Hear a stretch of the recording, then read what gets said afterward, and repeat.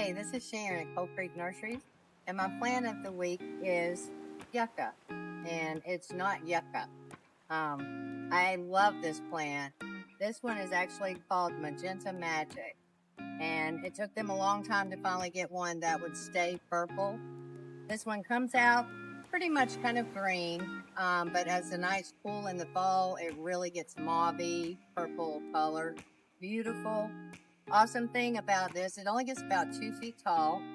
You still get in the spring the beautiful bell-shaped flower stalk that comes up out of the middle.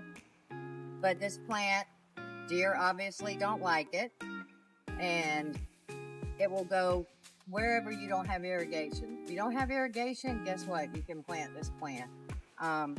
When it's really hot, you might have to give it a little bit of water every 3 or 4 weeks. But other than that, it's drought tolerant, deer resistant, easy plant, and it just really brightens up a spot.